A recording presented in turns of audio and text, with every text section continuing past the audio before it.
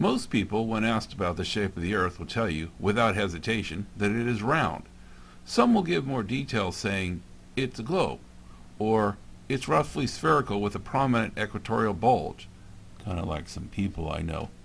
Or they might note that it is actually slightly bigger at the bottom, like some other people I know.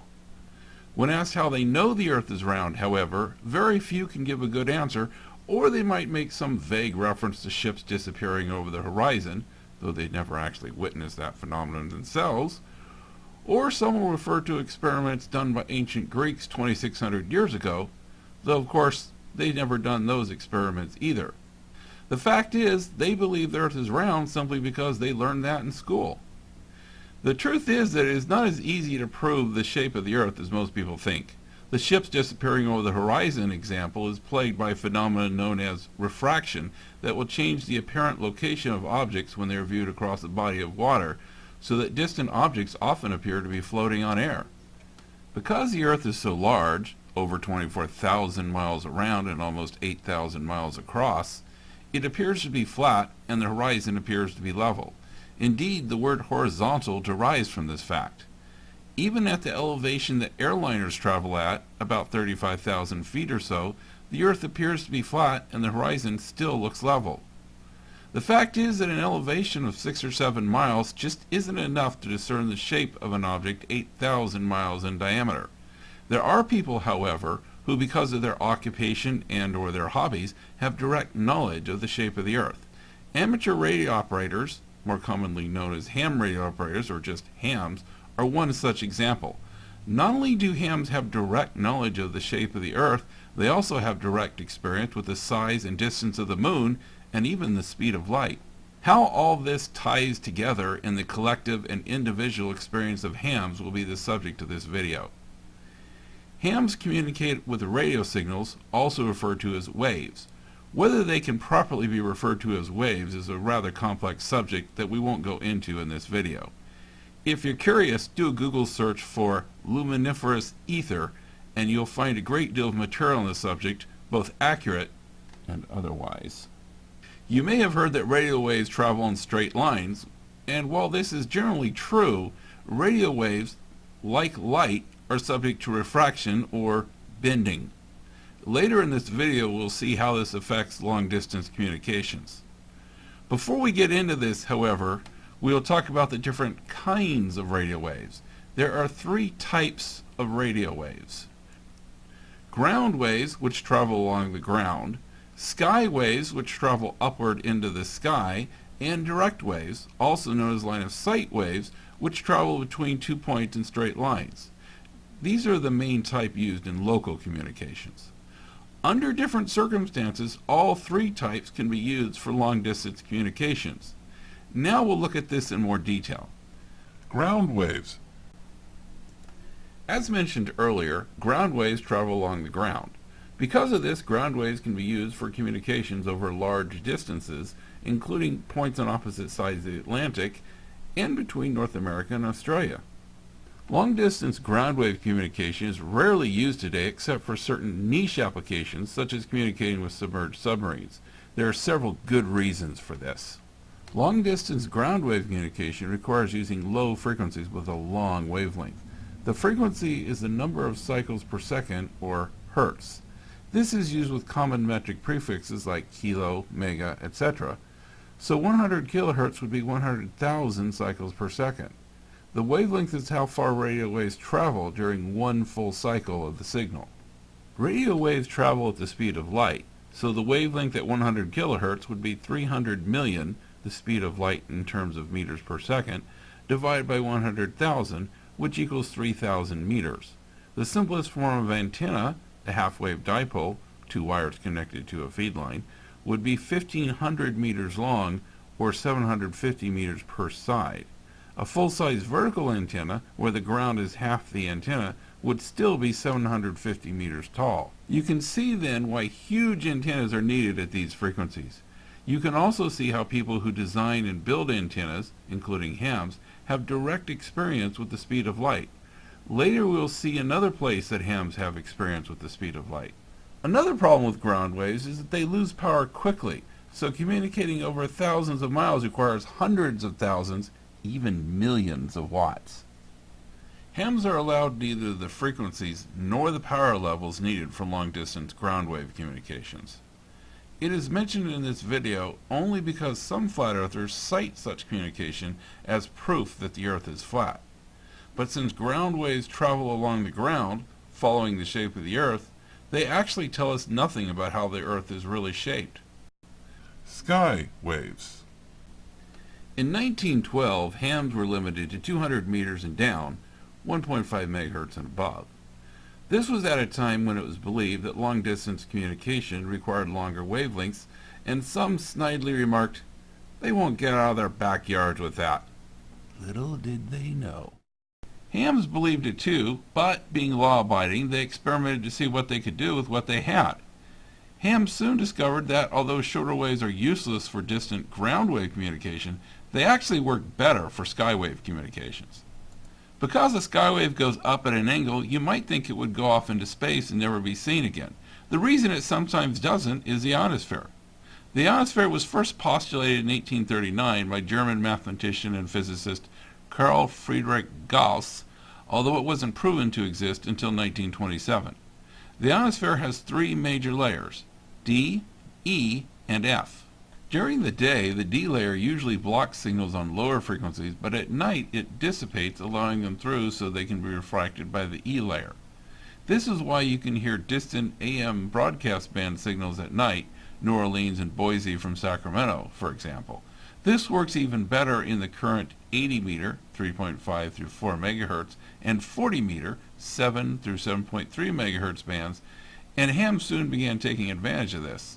Later hams ventured into the frequencies above 10 megahertz, such as the current 20 meter, 14 through 14.35, and 15 meter, 21 through 21.45 bands, and found that, especially in daylight hours, they can be refracted by the higher F layer for even longer distance communications.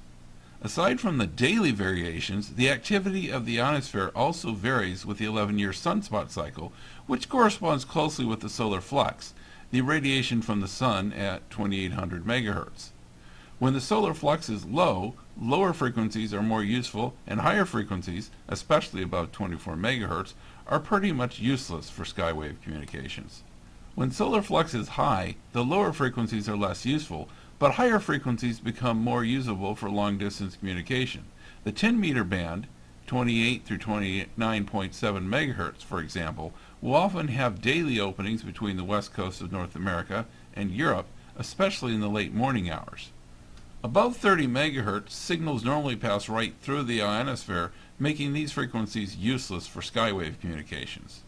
There are rare exceptions, such as sporadic E, but that is beyond the scope of this video. Flat earthers sometimes suggest that the only reason HF propagation is possible is because the Earth is flat, and that the ionosphere is a hoax fabricated to explain why radio signals don't get blocked by the curve of the Earth. Flat earthers can't explain why it is sometimes easy to communicate on 15 meters between California and Japan with 75 watts and a pair of wires at 40 feet, while at other times it is impossible even with 1500 watts and a 7-element beam at 120 feet. This brings up the next topic, HF beams, which provide some of the most dramatic and indisputable proof of the Earth's shape. HF beams. As mentioned earlier, the simplest form of antenna is the half-wave dipole, which consists of two wires connected to a piece of coax, either directly or via some type of coupler, each wire being 1/4 wavelength long. If the wires are replaced with a piece of rigid aluminum tubing, then we add another tube behind it called a reflector, and another tube in front of it called a director. We have an antenna that can be aimed in a certain direction and will give a stronger signal from stations in that direction, but weaker signals from stations in other directions. Adding more directors will enhance this effect, giving a stronger signal where it is pointed and making the aim of the antenna more critical. This principle works in transmitting as well as receiving, effectively multiplying the transmitter's power, but only in the direction it is aimed. Some radiation and reception will still occur off the back and sides, but the majority will be in the direction the antenna is pointed. Beams are usually mounted on a tower or strong mast with a rotor that allows it to be pointed in the desired direction. This is controlled with a box that has beam headings on it from 0 to 359 degrees. Sometimes it also has directions such as north, northwest, northeast, southwest, etc. But as we will see in long-distance HF communications, these should be taken with a grain of salt. When using a beam, you have to decide where to point it. If you look at a Mercator projection, you will probably be pointing it in the wrong place. If the YouTube flat earthers are right, then you could just rotate the flat earth map so the North Pole is straight up relative to your location, and then aim your beam in the direction it indicates. Another way would be to use something called a great circle map centered on your location. First of all, let's consider a great circle map centered on the North Pole, also known as a polar projection. You'll notice that it looks a lot like a flat earth map used by so many YouTubers. This is not a coincidence. In this case, markings such as north, northwest, southwest, northeast, etc. would be completely meaningless. Now let's consider a ham named Sam in Sacramento, California. When Sam aims his beam for Barbara in Sydney, he finds her at 241 degrees, exactly where the Great Circle map for Sacramento says it should be. According to the Flat Earth map, he should be at 285 degrees, an error of 44 degrees. Later, Sam decides to talk to George in Cape Town, South Africa. He finds the best beam heading is at 94 degrees, so the Sacramento GCM is spot on. According to the Flat Earth map, the beam heading should be 24 degrees, an error of 70 degrees. If Sam used a Flat Earth map, he might not hear George at all. A few hours later, Barbara hears George and decides to have a chat. She finds him at 218 degrees, exactly where the Sydney Great Circle map says he should be. If she were to use a Flat Earth map, she would be pointing at 20 degrees. That's almost 200 degrees off. If she tried to use the Sacramento Great Circle map, she'd be aiming at 35 degrees. We can see then that for beam headings from Sydney, a Great Circle map centered on Sacramento is every bit as worthless as the Flat Earth map. But what about George? He might use a map that looks like this. A station in Berlin might use this map. A station in Santiago, Chile would use this one. Let's suppose that a ham is operating KC4AAA, the Amundsen Scott station at the geographical South Pole. Or according to the Flat Earthers on YouTube, this location doesn't actually exist. According to everyone else, however, it does, and a ham operating from there might use a Great Circle map that looks like this. By now it should be obvious that all these Great Circle maps look quite different from each other, and that a Great Circle map centered on one location gives accurate directions from that location, but is wrong for any other location. The further the origin point is from the spot the Great Circle map is centered on, the greater the error. A Great Circle map centered on Sacramento, for example, would be pretty close for a station located in San Francisco, but a station located in Sydney would find it useless. Some people who claim to be genuine flat earthers say that it is only the shills on YouTube who use the Flat Earth map, and that they don't actually have a map of the flat earth, or even that there is no map of the flat earth. Our little exercise involving beam headings shows that this is beside the point. Although the Great Circle map is accurate for the spot it is centered on, it is wrong for everywhere else. If the Earth was flat, there would be a single map that would show the correct distance and direction between any two spots on Earth, and everyone would be using it. It is obviously impossible to make such a flat map, because the Earth is not flat. Long path. Some of you may have picked up on the fact that so far we have been talking about the direct path between 2 points as if there was only one. If the world is roughly spherical, there should be 2 direct paths between 2 points on the Earth, and if the Earth was flat, there really would be only one. While it is true that there is a single shortest path, which could be anywhere from 0 to 12,450.5 miles long, there is another, longer path that could be anywhere from 12,450.5 miles to 24,901 miles long. This is known as short path versus long path. To get the long path beam heading, you would either add or subtract 180, depending on which gives you a figure between 0 and 359. Usually the short path gives the stronger signal because it is a shorter distance, but under some circumstances, the long path actually gives a stronger signal. One thing not mentioned earlier when we were discussing the ionosphere is that when a signal is deflected back down to Earth, it travels a distance of about 200 to 1,500 miles, depending on the layer of the ionosphere, E, F1, F2, that it is deflected by, and the vertical angle of radiation. But many hams and other users of the HF spectrum, 3 through 30 megahertz, have communicated over distances far greater than 1,500 miles. I, for example, have communicated with stations in Japan, Australia, nearly every inhabited Pacific island, all 50 states, all parts of what was then the Soviet Union, and every continent, including Antarctica, and all from Sacramento, California. The reason this is possible is because of multi-hop propagation. A signal deflected by the ionosphere can be deflected upward again by the Earth, and then deflected downward again, and so on. The signal will lose strength with each hop and loses more strength over land than over the ocean. So if a short path is mainly over land and the long path is mainly over the ocean, the long path may give a stronger signal even though the signal is traveling further. Now there are other reasons why the long path can give a stronger signal, such as a kind of tunneling effect that happens between the E and the F layer, but this is a rather complicated subject and we won't go into it in this video. The fact that there are two distinct direct paths between any 2 points on Earth proves that the Earth is round. This simply wouldn't happen if the Earth was a flat disk. Satellites. As mentioned earlier, frequencies above 30 megahertz usually pass right through the ionosphere, so are useless for long-distance skywave communication. So far we've talked about ground waves and sky waves, but there is another kind of wave called a direct wave. Direct waves are generally used for local communications. Ordinary FM and TV broadcasts, cell phones, pagers, and wireless networking are all examples of local communication using direct waves. This is usually done at VHF, 30 through 300 megahertz, and higher frequencies where greater bandwidth is available.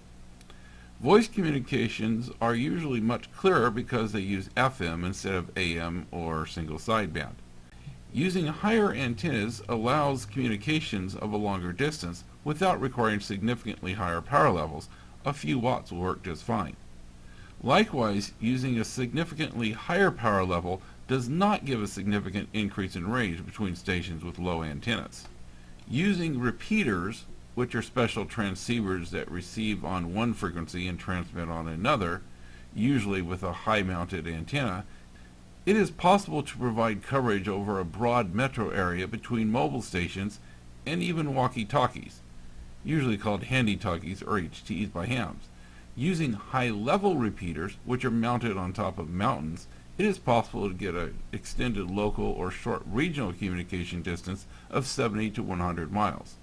Again, this can be done with mobile stations and even HTs using just a few watts, and even less than 1 watt in some cases. Hams in Sacramento can, using mobile radios or even HTs, communicate with hams in the San Francisco Bay Area. However, with two stations communicating directly, there is a definite limit, determined primarily by how high the antenna is. Even stations with antennas mounted on 70-foot towers can communicate only so far on VHF and higher frequencies, no matter how much power they use. This happens even over flat desert areas where there are no tall buildings, trees, and mountains to get in the way. The only good explanation for this is the curve of the Earth. Now let's suppose that instead of having a repeater that was mounted at thousands of feet on a mountain, it was instead mounted at hundreds or even thousands of miles high in orbit. What you would have would, of course, be a communication satellite. Hams have been using satellites since the early 70s. Amateur satellites, AMSAT, are not geosynchronous like the big communication satellites. Instead, they orbit in an elliptical fashion and are only available in certain areas at certain times. Hams using them need to use orbital tables or software to determine where and when to aim their antennas. Many flat earthers claim that satellites don't exist. If there are no satellites, then what are all these hams aiming their antennas at? And while we're at it, what are all those home satellite dishes aiming up at? Some have suggested that they are simulated with radio towers. Because of the steep angle some of these antennas are aimed at, the towers would have to be thousands of feet high and only a few miles apart, and somehow hidden from view. They would also have to be equipped with a large network of repeaters so that hams, including many in remote rural areas such as the Australian outback, would be able to communicate with other hams as if they really were orbiting satellites carrying amateur radio. The cost of such a system would be staggering, and the massive conspiracy that it would take to hide it would be mind-boggling. Actually, launching satellites sounds relatively easy by comparison. If you're beginning to think that this whole flat Earth business sounds like a fairy tale, congratulations. You're much more astute than many people on YouTube. The moon. So far we have been talking about man-made or artificial satellites, but the Earth also has a natural satellite, the moon. The moon may very well be the most frequently photographed single object ever. By examining photographs, you can see that the moon is actually the same size whether it is high in the sky or low toward the horizon. But you can't really tell if it is a small object relatively close or a larger object much further away. According to astronomers, the moon is roughly spherical, 2,159.2 miles in diameter, and the average distance from Earth is 238,900 miles. This varies depending on its position in its elliptical orbit. According to flat earthers, the moon is a flat disk, 32 miles in diameter, and about 3,000 miles from Earth. Of course, the moon does appear flat, just as anything more than a few hundred feet away would, due to the small amount of parallax produced by our eyes, which are just over 2 inches apart. Also, we see the same face of the moon, which would seem to fit with the flat disk theory. Astronomers explain this as orbital capture or tidal locking. What many people don't know, including probably all flat earthers, is that the tidal locking is not perfect and that the moon does wobble a little on its axis relative to the Earth. Over a period of time, we actually see 58% of the surface of the moon, not just 50%. This supplies parallax in pictures taken at the extreme points of the wobble. Since 1850s, this has been used to produce high-quality stereoscopic, also known as 3D, pictures of the moon, thus supplying dramatic visual proof that the moon is, indeed, a roughly spherical ball, not a flat disk, and that the dark areas are, indeed, deep craters. Anyone familiar with stereophotography will tell you that a stereo picture of a flat object is just as flat as the object itself. So this really is indisputable. Here is the same image formatted for view with red and cyan glasses. If you have never seen the moon in 3D, I encourage you to put on some red and cyan glasses and take a good long look. Go ahead and pause the video. It's not going anywhere. You'll never see the moon the same way again. What most people also don't know is that it is possible to communicate over long distances by bouncing signals off the moon. This is called, surprise, moon bounce, or EME, Earth-Moon-Earth.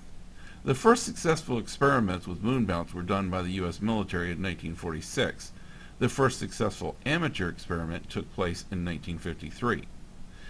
To use moon bounce, the ham aims the antenna at the moon and sends a brief dit, and then listens for the echo. If the echo is heard, then the aiming is successful and the ham can then search for other signals or send out a CQ and listen for responses. The delay between the initial dit and the echo heard coming back will be between 2.4 and 2.7 seconds. If we take the distance to the moon at perigee, closest distance, 224,000 miles, and double it and then divide it by 186,000, the speed of light in terms of miles per second, we get 2.4. Doing the same for the apogee, furthest distance, of 251,655 miles gives 2.7. Thus, hams engaged in moon bounce have independent verification of the distance to the moon. By considering the now confirmed distance to the moon, the ham can make a pretty good estimate of its size. Of course, no ham has actually operated from the surface of the moon, but perhaps someday they will. Think of the pileups that ultimate de-expedition would produce. This is WF6I operating Special Event Station KC4TLB from Tranquility Base on the surface of the moon. QRZ? Better get in line.